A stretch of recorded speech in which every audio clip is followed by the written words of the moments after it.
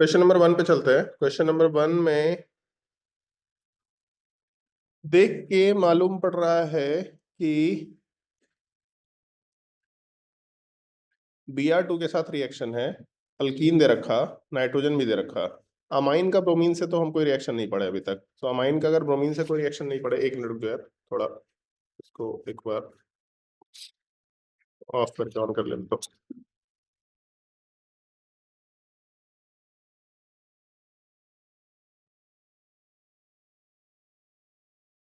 हाँ भाई, तो एक जगह पे अल्कीन दे रखा और एक जगह पे हम लोगों का नाइट्रोजन अमाइन दे रखा। अमाइन का ब्रोमीन से रिएक्शन नहीं है, अमाइड का ब्रोमीन से रिएक्शन है भी, हॉफमैन ब्रोमाइड डिग्रेडेशन, लेकिन अमाइन का तो नहीं है। हॉफमैन ब्रोमाइड डिग्रेडेशन में आप लोगों को बता ही दिया है, RC double bond O NH2 अगर दे रखा होगा, इसका रिएक्शन हम लोग Br2 के साथ कराएंगे इन द प्रेजेंस ऑफ KOH। क्या बनता है प्रोडक्ट? बस यहाँ से इसको हटा देना है, इसको जैसे ही हटाएंगे तो प्रोडक्ट में RnH2 बनेगा, हमेशा 1 डिग्री अमाइन बनेगा। इसके मैकेनिज्म पे नहीं जा रहा है। मैकेनिज्म में लास्ट क्लास में याद है, एक आइसोसाइनेट का फॉर्मेशन किया था हम लोग, तो आइसोसाइनेट के जैसे ये स्ट्रक्चर का फॉर्मेशन होता है, लेकिन अभी के लिए मैकेनिज्म में नहीं जा रहा है, प्रोडक्ट बनाने का तरीका सीधा भी कंसिडर किया जा सकता है। खैर, यहाँ पे अमाइन नहीं दे रखा है, सॉरी यहाँ पे अमाइड नहीं दे रखा, अमाइन दे रखा है, तो यहाँ तो रिएक्शन नहीं होगा। अल्कीन के ऊपर रिएक्शन होगा, अल्कीन के ऊपर रिएक्शन में क्लासिकल कार्बोकेटायन का केस है, नॉन क्लासिकल कार्बोकेटायन का केस है, और ब्रोमीन दे रखा। जब हम लोग इलेक्ट्रोफाइल न्यूक्लियोफाइल पहचान नहीं पा रहे, इसका मतलब नॉन क्लासिकल कार्बोकेटायन का केस है। सो हेलोनियम इंटरमीडिएट के थ्रू रिएक्शन होना है। कितने कार्बन चेन दे रखा? 1 2 3 4 5 6 7 8, 8 का कार्बन चेन है। 8 के कार्बन चेन में ये अल्कीन वाला पार्ट ब्रोमीन के ऊपर जाएगा, नॉन क्लासिकल कार्बोकेटायन का फॉर्मेशन होगा। सो यहाँ से डबल बॉन्ड हटेगा और Br+ का फॉर्मेशन होगा। ये सबसे पहला स्टेप। नॉर्मली लास्ट स्टेप में जो न्यूक्लियोफाइल होता है, यहाँ से Br- बाहर निकलता है, यही न्यूक्लियोफाइल इलेक्ट्रॉन कोऑर्डिनेट करता है। लेकिन आपको एक चीज बताया होगा, जैसे अगर Br2 के साथ H2O था, तो फिर H2O ही एज अ न्यूक्लियोफाइल बिहेव करता था और प्रोडक्ट में रिएक्शन करता था। तो यहाँ पे नाइट्रोजन प्रेजेंट है जो कि एज अ न्यूक्लियोफाइल बिहेव कर सकता है, और एज अ न्यूक्लियोफाइल बिहेव कर सकता है तो यही इलेक्ट्रॉन कोऑर्डिनेट करेगा, प्रोडक्ट बनाने की कोशिश करेगा। सवाल ये है कि इलेक्ट्रॉन कोऑर्डिनेट किस पे करेगा, कार्बन नंबर 1 पे कि कार्बन नंबर 2 पे? 1 पे अगर कोऑर्डिनेट करेगा तो कितना मेंबर रिंग बनेगा? नाइट्रोजन पहला, कार्बन दूसरा, कार्बन तीसरा, चौथा, तो 4 मेंबर रिंग बनेगा। और दूसरे तरफ से 1 2 3 4 5 6, लेकिन 4 मेंबर रिंग अनस्टेबल है। और अगर हम लोग सेकंड वाले पार्ट पे जाते हैं, तो 1 2 3 4 5, एक तरफ से 5 मेंबर रिंग, और लेफ्ट वाले साइड से 1 2 3 4 5, मतलब 5 मेंबर रिंग, 5 मेंबर रिंग दोनों तरफ से बनाया जा सकता है नाइट्रोजन को इंक्लूड करके। ऐसा ये कंसिडर कर लो, नाइट्रोजन बीच से अटैच हुआ, एक तरफ 5 मेंबर रिंग, दूसरे तरफ 5 मेंबर रिंग, कौन सा आंसर होना चाहिए? बी आंसर हो जाएगा। सी ऑप्शन तो आंसर हो भी नहीं सकता। सी ऑप्शन के लायक कार्बन है क्या? इसमें कितना कार्बन है? इधर साइड कितना है? 5। इस साइड कितना है? 4। अब एक नाइट्रोजन है ना, यहाँ तक तो 5 है, और यहाँ के बाद यहाँ पे 3 है, टोटल कितना कार्बन है? इधर 8 कार्बन है क्या? 8 कार्बन नहीं है, टोटल 8 एटम्स है, तो इसलिए सी ऑप्शन आंसर हो नहीं सकता। बाकी नॉर्मली हम लोग पहला सोचा करेंगे कि एक पे ब्रोमीन सॉलिड पे ऐड हो गया, दूसरे पे डैश पे ऐड हो गया, क्योंकि एंटी एडिशन है। लेकिन जैसे ही यहाँ पे इंटरमीडिएट का फॉर्मेशन होगा, हेलोनियम इंटरमीडिएट, उसमें रिएक्शन रिएक्शन करने के लिए न्यूक्लियोफाइल प्रेजेंट है, यही रिएक्शन में पार्टिसिपेट करेगा और मेंबर 5 मेंबर रिंग का फॉर्मेशन करा सकता है। डी ऑप्शन तो बिल्कुल पॉसिबल नहीं है। अच्छा क्वेश्चन है। वैसे ये सब क्वेश्चन बहुत ऑब्वियस क्वेश्चन है, एडवांस लेवल पे इस तरह के क्वेश्चन हमेशा पूछे जाते हैं, तो इसलिए मेरे लिए तो नॉर्मली होगा। क्वेश्चन अच्छा है, हम भी पहली बार देख रहे हैं, बट नॉर्मल क्वेश्चन है मेरे लिए। क्वेश्चन नंबर 2 पे चलते हैं। क्वेश्चन नंबर 2 में the end product D is, and product D, पहले स्टेप में H2O के साथ रिएक्शन करा रहे हैं। क्या होगा H2O के साथ रिएक्शन? अगर यहाँ पे पॉजिटिव चार्ज का फॉर्मेशन हो गया, तो 5 मेंबर रिंग का फॉर्मेशन हो जाएगा, रिंग एक्सपेंशन होना है। अगर रिंग एक्सपेंशन होना है तो ऐसा कुछ केस आएगा पॉजिटिव चार्ज का, और पॉजिटिव चार्ज के ऊपर फिर H2 ऐड करके H+ हटा करके हम लोग अल्कोहल का फॉर्मेशन करेंगे। फिर इसका रिएक्शन ZnCl2 के साथ कर रहे हैं इन the presence of HCl। HX के साथ रिएक्शन है, अगर HX के साथ रिएक्शन है ZnCl2 के प्रेजेंस में, तो SN1 रिएक्शन होगा, OH वाला ग्रुप यहाँ से हटेगा और यहाँ के ऊपर हेलोजन क्लोरीन को ऐड कर सकते हैं, मतलब अपने पास प्रोडक्ट में यहाँ पे Cl का एडिशन हो जाएगा। फिर Mg के साथ ईथर यूज कर रहे हैं। अगर आप अल्काइल हैलाइड का रिएक्शन मैग्नीशियम के साथ करते हैं इन द प्रेजेंस ऑफ ईथर, तो ग्रिग्नार्ड रिएजेंट का फॉर्मेशन होता है RMgX। तो अपने प्रोडक्ट वाले पार्ट में 5 मेंबर रिंग होगा, इसके ऊपर जहाँ कार्बन था वहां पे Mg और Cl का फॉर्मेशन हो जाएगा। फिर D2O का रिएक्शन कर रहे हैं, तो जहां पे माइनस चार्ज है R माइनस, इसका रिएक्शन अगर आप H2O के साथ कराएंगे तो यहाँ पे एक्टिव हाइड्रोजन है, अगर एक्टिव हाइड्रोजन है तो R माइनस H प्लस के साथ कंबाइन करके अल्केन का फॉर्मेशन कराएगा। अगर आप H2O की जगह D2O ले लेते हैं, तो जैसे H प्लस का एडिशन हुआ वैसे ही D प्लस का एडिशन हुआ, अगर D प्लस का एडिशन हुआ तो अपने प्रोडक्ट में यहाँ पे ड्यूटेरियम का एडिशन हो जाना चाहिए। कौन सा आंसर हो जाएगा? डी ऑप्शन आंसर कर सकते। अच्छा क्वेश्चन है, वैसे तो सारे ही क्वेश्चन ही अच्छे हैं, बट ये भी क्वेश्चन काफी अच्छा है। क्वेश्चन नंबर 3 में चलते हैं। ये क्या है? ये बनाया कोई कि सब मेरे लिए छोड़ दिया है? बनाए हैं। ये बड़ा सवाल दिख रहा है, अतुल सर बनाएंगे, हम कहे माथा फोड़ने जाए। तो जेई एडवांस में फिर तुम्हारा माथा फूटेगा, मेरा तो माथा पहले ही से फूटा हुआ है। अल्काइन का रिएक्शन है, दोनों तरफ C2H5 दे रखा, ठीक है, C2H5 C2H5, इसका रिएक्शन R1 के साथ करा रहे हैं तो सिस अल्कीन बन रहा है, दूसरे वाले केस में ट्रांस अल्कीन बन रहा है। ट्रांस एक ही जगह बनता है, सोडियम के साथ NH3, सोडियम या लिथियम जो लेना है ले लो, लिथियम और सोडियम के साथ लिक्विफाइड NH3, तभी उस केस में ट्रांस अल्कीन बनता है, अदरवाइज ट्रांस अल्कीन नहीं बनता है। सिस अल्कीन बनाने के लिए हम लोग लिंडलस कैटलिस्ट के जैसा पार्ट यूज कर सकते हैं, H2 के साथ PD BaSO4 या फिर क्विनोलिन जो यूज करना है, CaCO3 भी यूज कर सकते हैं, क्विनोलिन भी वर्ड यूज कर सकते हैं। सो हम लोग के सबसे पहले स्टेप में लिंडलस कैटलिस्ट के जैसा चीज होना चाहिए, मतलब पहले वाले में रिएजेंट R तो ठीक ही ठीक दिख रहा, ये इसमें तो कोई दिक्कत नहीं है। दूसरे में सोडियम के साथ लिक्विफाइड अमोनिया में ठीक ही ठीक दिख रहा है, मतलब पहले ऑप्शन और बी ऑप्शन में दिक्कत नहीं है, यहाँ से डिसाइड नहीं कर सकते। थर्ड ऑप्शन पे चलते हैं। थर्ड ऑप्शन में केवल एक जगह डबल बॉन्ड ऑक्सीजन है, और फोर्थ ऑप्शन में कंपाउंड ही ब्रेक हो गया है, यहाँ पे एक तरफ 2 कार्बन और एक और कार्बन, और इसका रिपीटिशन है, बेसिकली आप ऐसा समझ लो, यहाँ कार्बोक्सिलिक एसिड है, दूसरे वाले साइड में भी कार्बोक्सिलिक एसिड है, इस टाइप का केस, और टोटल वैसे भी 6 कार्बन थे ही, तो 6 कार्बन का मतलब है कि आपने इसको पूरे 20 से ब्रेक कर दिया। अगर ट्रिपल बॉन्ड ब्रेक किया है तो डबल बॉन्ड के लिए डबल बॉन्ड ऑक्सीजन और तीसरे बॉन्ड के लिए OH का फॉर्मेशन कंसिडर कर सकता है। तो इस केस में स्ट्रॉन्ग ऑक्सीडाइजिंग एजेंट का केस होगा, अगर लास्ट ऑप्शन लेकर के चलते हैं तब। उसके ऊपर वाले पार्ट में कीटोन का फॉर्मेशन है, ये रिएक्शन थोड़ा सा याद रखना पड़ेगा। अगर अल्काइन का रिएक्शन हम लोग वाटर के साथ कराते हैं तो एक डबल बॉन्ड हटता है और वहां पे OH का फॉर्मेशन हो जाता है, फिर ये OH वाला पार्ट अपने आप को टॉटोमराइज करता है, कीटोन का फॉर्मेशन होता है। तो कहीं भी वाटर का एडिशन करने का केस यूज करना चाहिए। कैसे हम लोग अल्काइन में वाटर का एडिशन कर सकते हैं?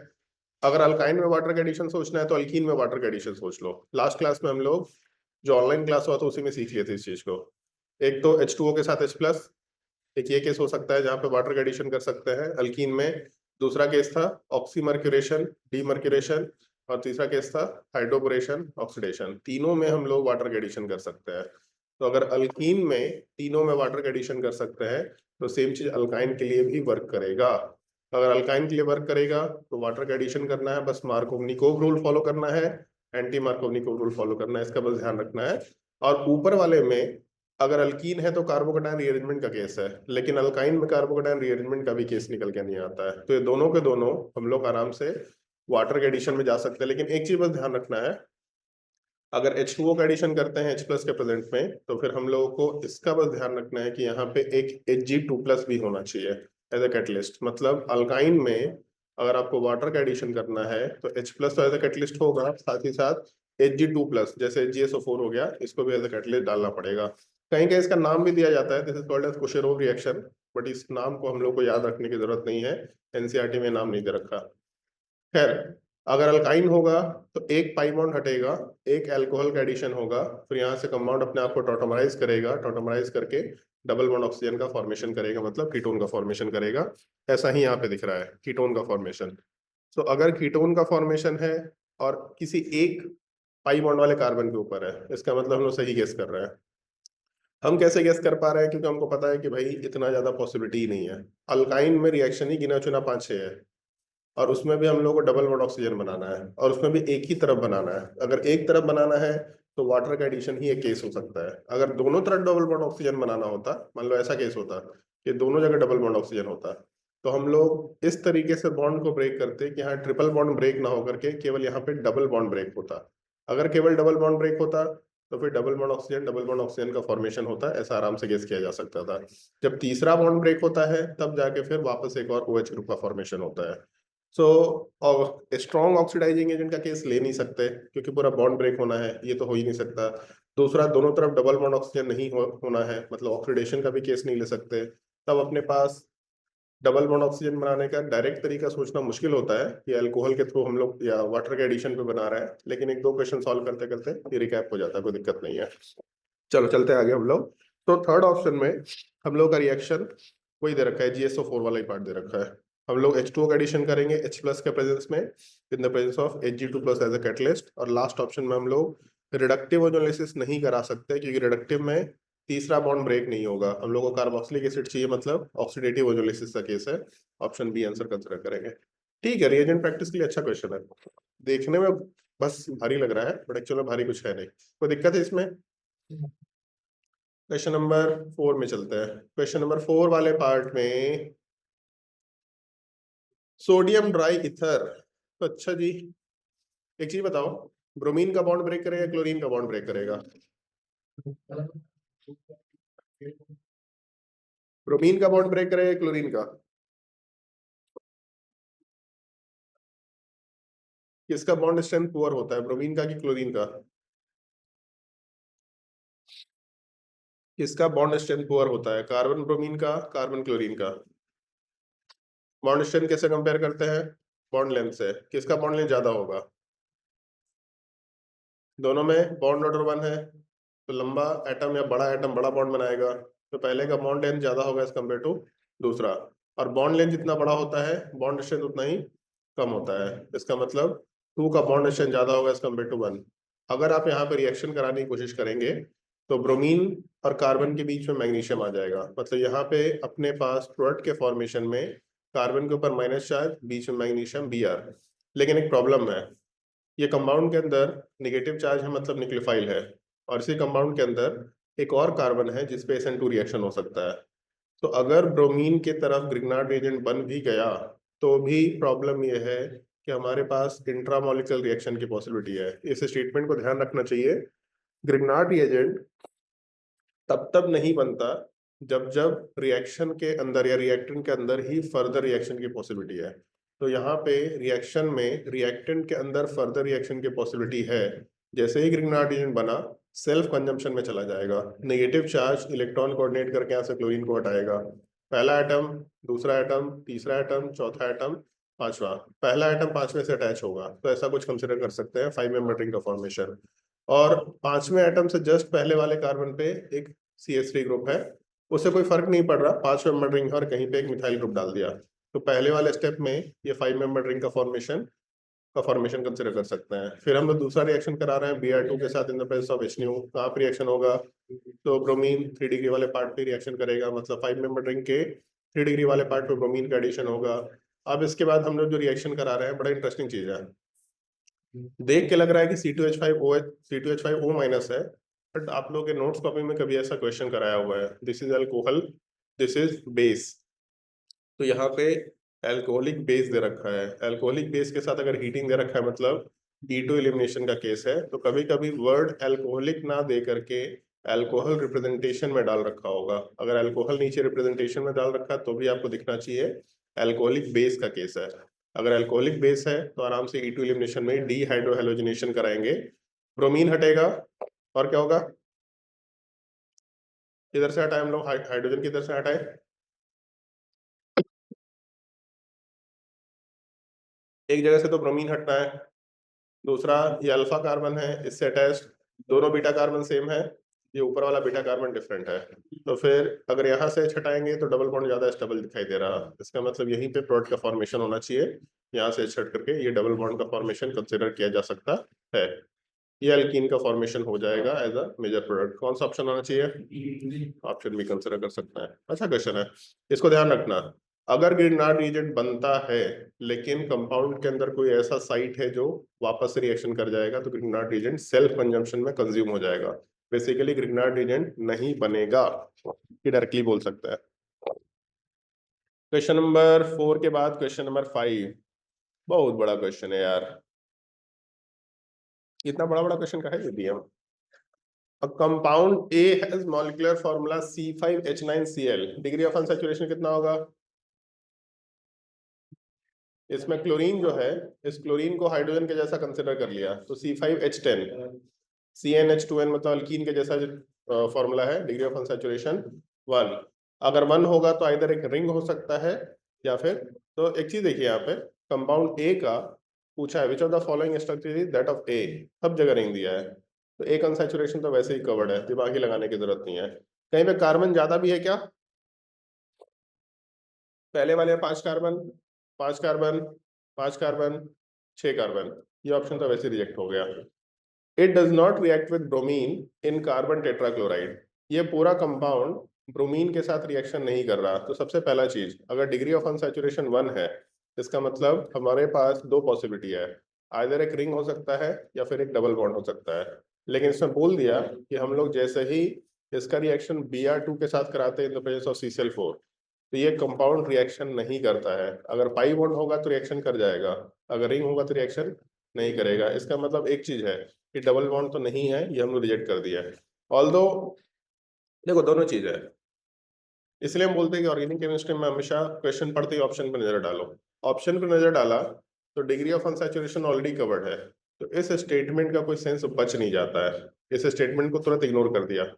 ठीक है, पाई बॉन्ड जो है, क्योंकि हम लोग क्वेश्चन सॉल्विंग में भी डिस्कशन कर रहे हैं, आपको रिकैप कराना सब कुछ, तो डबल बॉन्ड जो है ये पार्ट ब्रोमीन के साथ रिएक्शन करता, लेकिन क्वेश्चन में बोला है ब्रोमीन के साथ रिएक्शन नहीं होना चाहिए, मतलब डबल बॉन्ड नहीं होना चाहिए।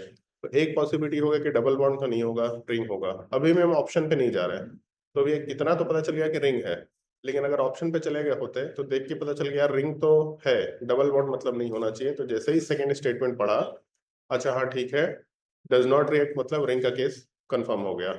अब आगे चलते हैं। On treatment with strong base it produces a single compound B. B है, बी का फॉर्मेशन कर रहा है। अगर हम लोग स्ट्रॉन्ग बेस को रिएक्ट करा रहे हैं तो एक सिंगल कंपाउंड बी का फॉर्मेशन हो रहा है। अब ये सिंगल कंपाउंड बोलने का मतलब है कि आइसोमर का शायद फॉर्मेशन नहीं हो रहा है, एक पॉसिबिलिटी है, हो सकता है कुछ और भी पॉसिबिलिटी हो, बट अभी के लिए देख के ऐसा लग रहा है कि आइसोमर का फॉर्मेशन नहीं होना चाहिए। तो मान लो पहला केस है, अगर यहाँ से इसको हटाएंगे, स्ट्रॉन्ग बेस बोला मतलब E2 एलिमिनेशन की बात कर रहे हैं हम लोग। स्ट्रॉन्ग बेसिक मीडियम में E2 एलिमिनेशन होता है, यहाँ डबल बॉन्ड बनेगा, एक पॉसिबिलिटी। दूसरे वाले केस में अगर हम लोग प्रोडक्ट का फॉर्मेशन करना चाहेंगे, ये हटेगा, इधर डबल बॉन्ड का फॉर्मेशन हो सकता है, एक पॉसिबिलिटी। इसमें कोई स्टीरियो आइसोमर हुआ क्या?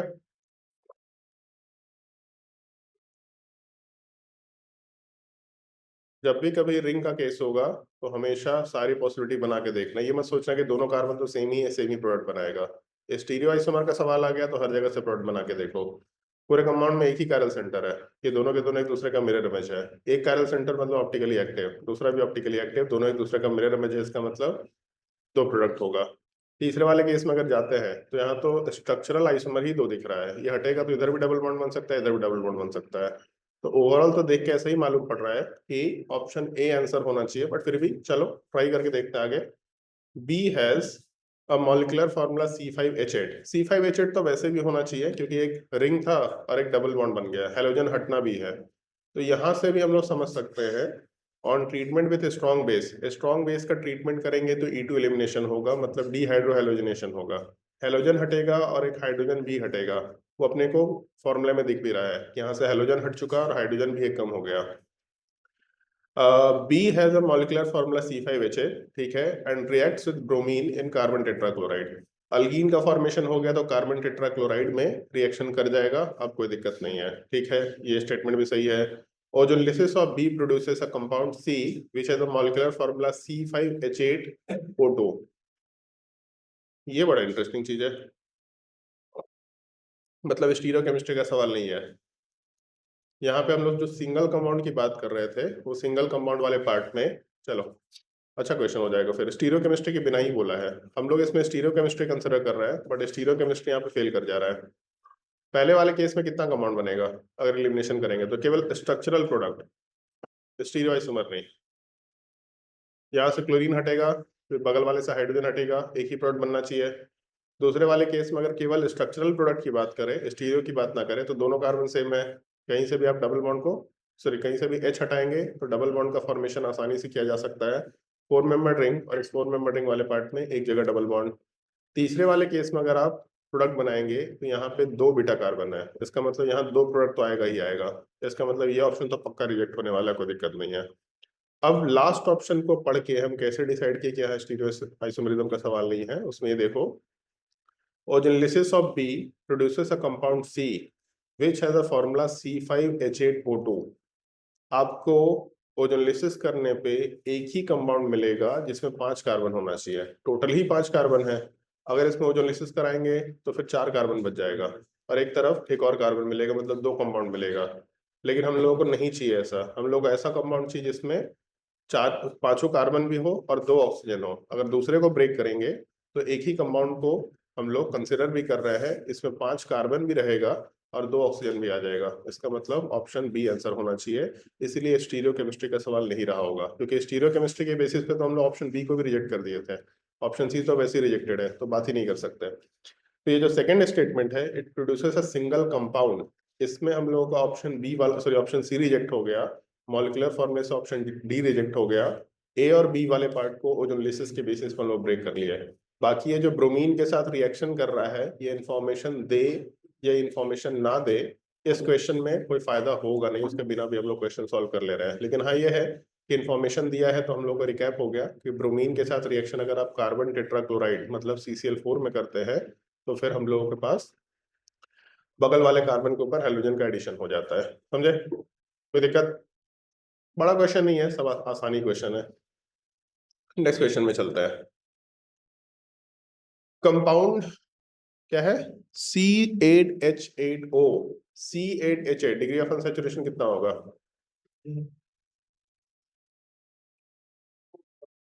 कितना? 5 होगा। Number of carbon +1 9 minus number of hydrogen by 2 कितना हो गया? 4। 5 आ जाएगा degree of unsaturation. Compound X will give the following laboratory test, और इसमें हमारे पास एक ऑक्सीजन होना चाहिए। पूछा है X कैन बी, पहला ऑप्शन हो सकता है क्या? पहले वाले में 2 ऑक्सीजन है तो पहला तो आंसर ही नहीं हो सकता। दूसरा आंसर हो सकता है क्या? अरे भाई दूसरे में भी 2 ऑक्सीजन तो घटिया घटिया सवाल है ये। सी ही ऑप्शन हो रहा है क्योंकि इधर भी 2 ऑक्सीजन है, लेकिन ठीक है चलो देखते हैं एक बार। मतलब मे भी हो सकता है क्वेश्चन में कुछ एरर ना हो, O2 होना चाहिए। पहला चीज FeCl3 सॉल्यूशन देना चाहिए, कलर्ड सॉल्यूशन, तो फिनॉल होना चाहिए। पहले वाले में फिनॉल नहीं है, नहीं हो सकता, मतलब फॉर्मूले के हिसाब से नहीं जा रहे, प्रॉपर्टी के हिसाब से जा रहे हैं। FeCl3 टेस्ट पॉजिटिव होना चाहिए, कलर्ड सॉल्यूशन बोल दिया। क्या कलर होता है यहाँ पे? अगर FeCl3 के साथ आप रिएक्शन कराते हैं, कलर्ड सॉल्यूशन आ रहा, न्यूट्रल FeCl3 टेस्ट एक ही जगह पे है, फिनॉल के टेस्ट में कौन सा कलर होता है? वायलेट कलर, याद रखिए थोड़ा, वायलेट या पर्पल दोनों वर्ड मिलता है। फिनॉल होना चाहिए हम लोग के पास। फिनॉल वाला पार्ट सेकंड में भी नहीं है, ये भी आंसर नहीं होगा। थर्ड में फिनॉल है, ये आंसर हो सकता है। फोर्थ में भी फिनॉल है, ये भी आंसर हो सकता है। फिर उसके बाद AgNO3NH4OH, ये कौन सा रिएजेंट है? अमोनियकल सिल्वर नाइट्रेट, ये पार्ट अमोनिया है, NH4OH, so ammoniacal silver nitrate, this is called as Tollens reagent. Tollens reagent देने का मल्टीपल तरीका हो सकता है, एक ये तरीका हो सकता है, दूसरा ये भी हो सकता है, AgNH2 होल प्लस ऐसा करके OH माइनस, इस तरह का भी कुछ केस हो सकता है। तो अमोनियकल सिल्वर नाइट्रेट अगर आप लेके चलते हैं तो टॉलेंस रिएजेंट की बात कर रहा है। टॉलेंस टेस्ट निगेटिव दे रहा है, अगर निगेटिव दे रहा है मतलब एल्डिहाइड नहीं होना चाहिए। तो खैर बी ऑप्शन में भी एल्डिहाइड नहीं है और डी ऑप्शन में भी एल्डिहाइड नहीं है, तो ये भी आंसर में नहीं आएगा। फिर उसके बाद हम लोग चलते हैं Na मेटल टेस्ट पे। आधा मोल H2 दे रहा, अगर एक्टिव हाइड्रोजन है तो आधा मोल H2 मिलेगा। एक हाइड्रोजन है यहाँ से H2 जब बनाएंगे तो आधा मोल ही बन पाएगा, ये लास्ट क्लास में डिस्कशन हुआ था अपना। यहाँ भी एक ही एक्टिव हाइड्रोजन है, आधा मोल ही H2 मिलेगा। तो आप इन टेस्ट के बेसिस पे ऑप्शन ए और बी को रिजेक्ट कर चुके, लेकिन ऑप्शन सी और डी को रिजेक्ट नहीं कर सकते। लेकिन जो फॉर्मूला है इसके बेसिस पे शुरुआत में रिजेक्शन हो गया था, ऑप्शन सी आंसर होना चाहिए, कोई दिक्कत नहीं है। मेरे हिसाब से इसमें ना एक ऐसा कर देना चाहिए था, इसमें ये भी टेस्ट डाल देना चाहिए था, ब्रोमीन वाटर टेस्ट। लेकिन ब्रोमीन वाटर टेस्ट में फिनॉल फिनॉल है, वो भी टेस्ट दे देता। बेयर्स रिएजेंट टेस्ट डाल देना चाहिए था यहाँ पे इस क्वेश्चन में। अगर बेयर्स रिएजेंट टेस्ट डाल देता तो बेयर्स रिएजेंट टेस्ट सी वाला पार्ट देता, डी वाला पार्ट नहीं देता। मतलब उतना अच्छा क्वेश्चन नहीं है, बस ऐसे ही डाल दिया कुछ भी क्वेश्चन, ऑप्शन सी आंसर हो जाना चाहिए। ठीक है, आसानी क्वेश्चन है। 5 के बाद चलते हैं क्वेश्चन नंबर 6 में। A set of reagent 1 to 8 are successively reacted with the following compound. बहुत बढ़िया। फॉलोइंग कंपाउंड में NaHCO3 टेस्ट हो पाएगा क्या? कहीं भी कार्बोक्सिलिक एसिड नहीं है और अच्छा एसिड भी नहीं है जो कि H2CO3 से स्ट्रॉन्गर एसिड हो। जो भी एसिड H2CO3 से स्ट्रॉन्गर है वो सब के सब NaHCO3 टेस्ट देता है या बाइकार्बोनेट टेस्ट देता है।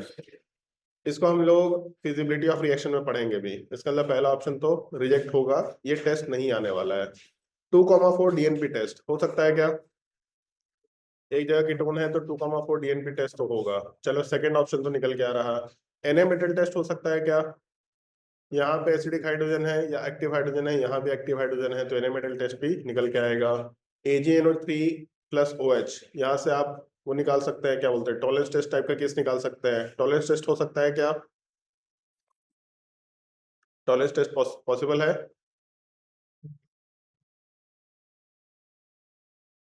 ये बड़ा इंटरेस्टिंग चीज है वैसे।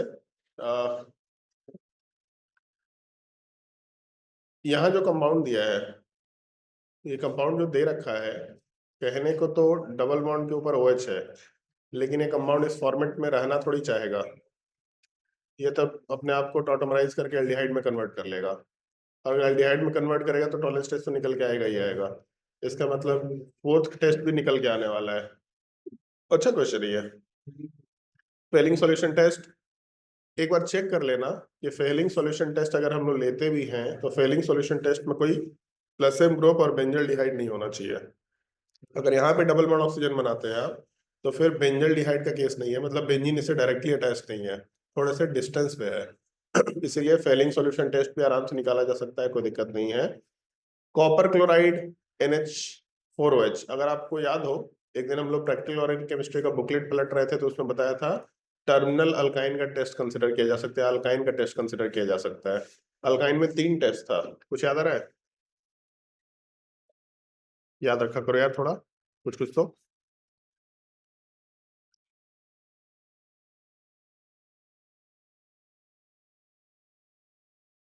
आप लोग के क्लास में बुकलेट भेजा नहीं है क्या मैंने, प्रैक्टिकल ऑर्गेनिक केमिस्ट्री वाला?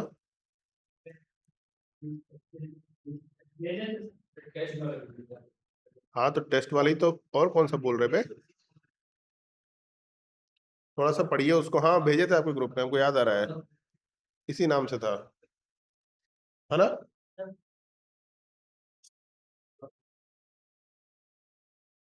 Test for alcohol, test for alkynes. हाँ भी देखिए, test for terminal alkynes, Tollens test, और सबसे ऊपर में CO2 Cl2 टेस्ट है।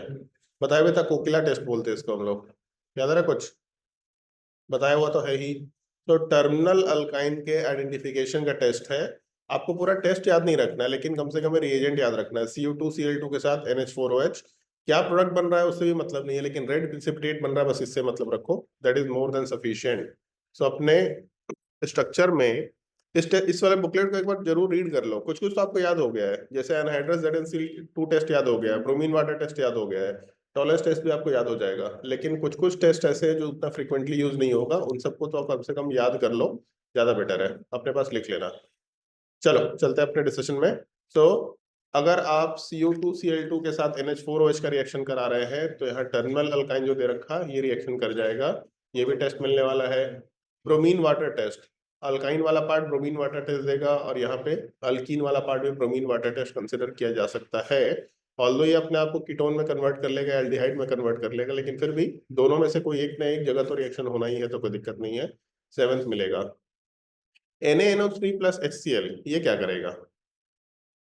इसके लिए तो एनिलीन चाहिए, एनिलीन तो दे नहीं रखा।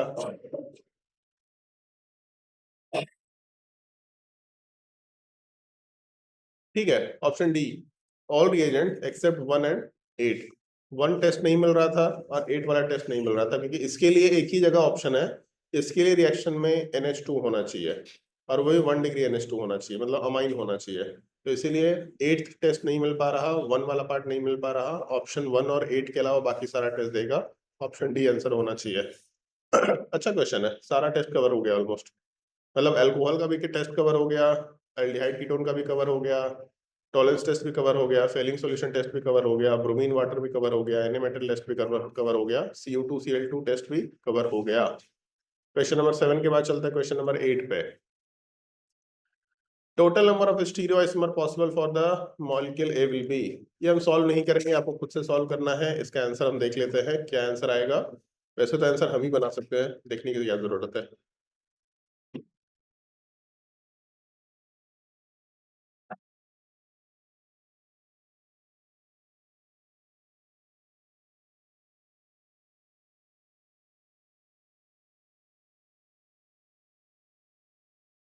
2 to the power 4 16 आना चाहिए आंसर। चलो चेक कर लेते हैं। ये आइसोमरिज्म का सवाल है, ये GOC1 में मिलना चाहिए हम लोगों को। GOC1 में पहला पार्ट, और प्रीव्यू में क्वेश्चन देख लेते हैं।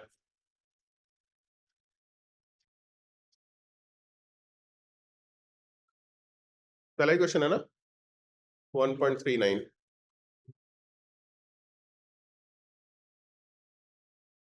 1.39।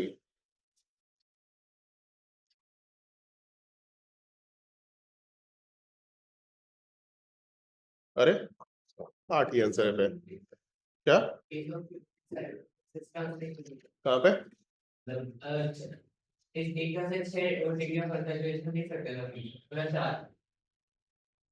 तो मतलब वैसा होगा कि 13 से होगा, एक दिन नहीं होगा। कौन सा? ये पूरा मॉलिक्यूल एक दिन में नहीं होगा, तो डिस्टेंस कहाँ ऐसा केस आ रहा है कि एक प्लेन में नहीं होगा? यहाँ के हिसाब से अगर कंसिडर करो तो बिल्कुल सेपरेट कंपाउंड है, कोई लेना देना नहीं है। यहाँ पे ज्योमेट्रिकल आइसोमर पॉसिबल नहीं होगा, इसको वैसे भी काउंट नहीं किए थे हम इसकी बात कर रहे थे। यहाँ पे एक कायरल सेंटर है, अगर एक कायरल सेंटर है तो यहाँ पे भी, फिर आंसर गलत होगा, उसमें करेक्शन होना चाहिए। यहाँ पे डबल बॉन्ड है, ज्योमेट्रिकल आइसोमर बिल्कुल पॉसिबल है। यहाँ पे कायरल सेंटर में कोई दिक्कत नहीं है। यहाँ पे n=4 होना चाहिए। Total number of stereoisomer for possible for compound molecule A will be. इधर कोई कायरल सेंटर नहीं है, हम लोग 4 कायरल सेंटर बोल रहे हैं और आंसर बोल रहा है 2 to the power 3। Symmetrical molecule तो नहीं दिख रहा कहीं से भी ना, सिमेट्रिकल नहीं है। अगर सिमेट्रिकल नहीं है तो वैल्यू कम करने का सेंस क्या है? यहाँ ज्योमेट्रिकल आइसोमर हो सकता है n=1, यहाँ ज्योमेट्रिकल आइसोमर हो सकता है n=1, यहाँ पे एक कायरल सेंटर है n=1 और यहाँ पे कायरल सेंटर n=1, n=4 है, आंसर 16 होगा। बट इसको क्रॉस चेक भी कैसे करेंगे, इस कंपाउंड को कैसे चेक करें हम?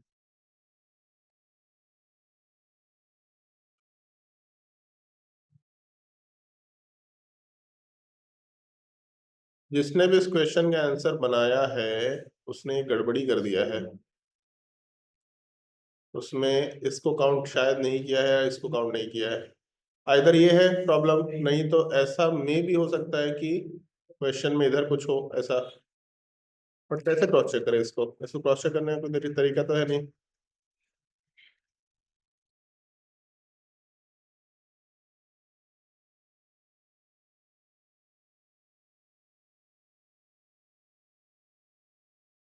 ठीक है, 16 आंसर होगा।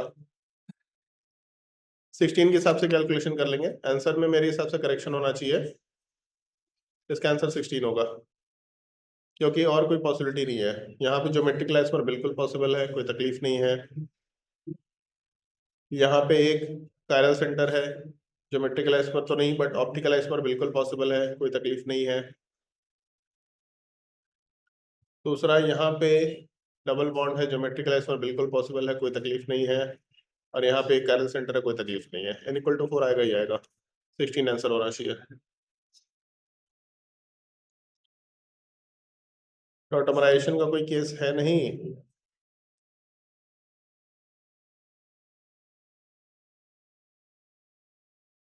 और कोई केस नहीं है, ठीक है। ऑप्शन 16 आंसर होना चाहिए। उसका आंसर में करेक्शन होगा, जिसने भी इस क्वेश्चन को सॉल्व किया है उसमें इस पार्ट को शायद मिस कर दिया है। अगर इस पार्ट को मिस किया है, नहीं तो यहाँ वाले पार्ट को मिस करना तो नहीं है, लेकिन यहाँ पे डेफिनेटली कुछ करेक्शन का पॉइंट होगा जो हम लोग के स्ट्रक्चर में नहीं दिया हुआ है। ठीक है, 16 आंसर हो जाएगा। क्वेश्चन नंबर 9 क्या आंसर होना चाहिए? ये आपके नोट्स कॉपी का एग्जांपल होता है शायद। पहले वाले केस में लोन पेयर फ्री है, दूसरे वाले केस में लोन पेयर फ्री तो है लेकिन माइनस आई इफेक्ट है, तीसरे वाले केस में लोन पेयर एरोमेटिसिटी का पार्ट है, और चौथे वाले केस में लोन पेयर फ्री है लेकिन sp2 हाइब्रिडाइजेशन है। sp हाइब्रिडाइजेशन का सॉरी sp3 हाइब्रिडाइजेशन का बेसिक क्वेश्चन ज्यादा होगा as compare to third and fourth, और उसमें भी sp2 हाइब्रिडाइजेशन एरोमेटिसिटी का पार्ट भी है लोन पेयर। इसका मतलब ये लोन पेयर बिल्कुल फ्री नहीं होगा, सबसे लीस्ट बेसिक में जाएगा, थर्ड सबसे लीस्ट होगा, फोर्थ उससे ऊपर होना चाहिए। 1 और 2 को कंपेयर करेंगे तो माइनस आई इलेक्ट्रॉन डेंसिटी कम कर लेगा, नाइट्रोजन की तरफ से इलेक्ट्रॉन खींच के। नाइट्रोजन का इलेक्ट्रॉन डेंसिटी कम होगा, इलेक्ट्रॉन डोनेट करने का टेंडेंसी कम होगा, मतलब बेसिकेशन कम होगा। 1 2 4 3 आंसर होना चाहिए। 1 2 4 3 की है ऑप्शन में, ऑप्शन बी आंसर निकल के आ जाएगा। क्वेश्चन नंबर 9 आसान क्वेश्चन ये, बट फिर भी एडवांस पे एक बार क्वेश्चन आया हुआ है प्रीवियस ईयर में, इसलिए शायद दे रखा है आपके रैंक बूस्टर में। Question number 10, this compound is mixed with NaOH solution, acid base reaction occurs and HO snatches H plus from NaOH solution में डाले, एसिड बेस रिएक्शन हुआ, OH माइनस H प्लस कहाँ से हटाएगा? जहां पे H प्लस सबसे ज्यादा एसिडिक होगा। अपने पास 4 ऑप्शन है PQRS। अगर हम लोग P ऑप्शन में जाते हैं, यहाँ से अगर H प्लस हटाते हैं तो नेगेटिव चार्ज 2 जगह रेजोनेंस में जा सकता है। Q ऑप्शन में नेगेटिव चार्ज एक जगह रेजोनेंस में जा सकता है। R ऑप्शन में नेगेटिव चार्ज कहीं रेजोनेंस में नहीं जाएगा। S ऑप्शन में नेगेटिव चार्ज एक जगह रेजोनेंस में जाएगा। जहां नेगेटिव चार्ज सबसे ज्यादा स्टेबल होगा वहां का H सबसे ज्यादा एसिडिक होगा, वहीं का H सबसे पहले OH माइनस के साथ। अब शांत हो जा, काहे पीछे मुड़ मुड़ के बात करता है, टोपी उखाड़ के फेंक देंगे तेरा। तो तुम काहे पीछे मुड़ते रहता है? तो नेगेटिव चार्ज जहां का सबसे ज्यादा स्टेबल होगा वहां का H सबसे ज्यादा एसिडिक होगा, वहीं के H को OH माइनस सबसे आसानी से हटा पाएगा। इसका मतलब ऑप्शन P आंसर होना चाहिए। बट आप एक चीज बताओ, PQRS जो हाइड्रोजन है इसका एसिडिक स्ट्रेंथ का ऑर्डर बताओ। P तो हम बता ही चुके हैं, PQRS में एसिडिक स्ट्रेंथ का ऑर्डर क्या होना चाहिए?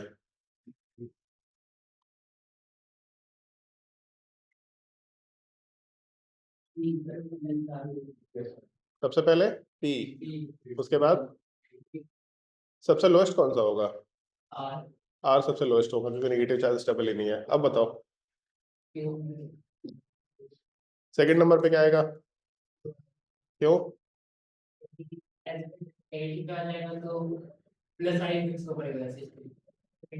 नेगेटिव चार्ज दोनों जगह रेजोनेंस में है, लेकिन यहाँ पे प्लस आई इफेक्ट भी है। प्लस आई नेगेटिव चार्ज की स्टेबिलिटी को घटाएगा, तो इसीलिए यहाँ पे बेसिक मतलब स्टेबिलिटी थोड़ा सा कम हो जाएगा, तो एसिडिकेशन भी थोड़ा सा कम हो जाएगा। तो अपने ऑप्शन में Q होना चाहिए, फिर उसके बाद SR होना चाहिए। ठीक है, हमको लगा था भारी क्वेश्चन है ये सब, मतलब इस असाइनमेंट में हम सोच के डाले थे कि भारी भारी क्वेश्चन डालेंगे, इसलिए एक आसान क्वेश्चन डाला था बीच में, सब आसाने था, बट आसान आसान क्या ही एडवांस है ये सब। और ये रैंक बूस्टर है, this is suppose to be resonance का सबसे डिफिकल्ट बुक। मतलब जैसे रेजोनेंस का बुकलेट है, फिर उसका DPP है, फिर उसके बाद मेंस का रैंक बूस्टर है, एडवांस का रैंक बूस्टर है। ये रेजोनेंस का सबसे डिफिकल्ट बुक कंसिडर किया जाता है, ये डिफिकल्ट है। अच्छा,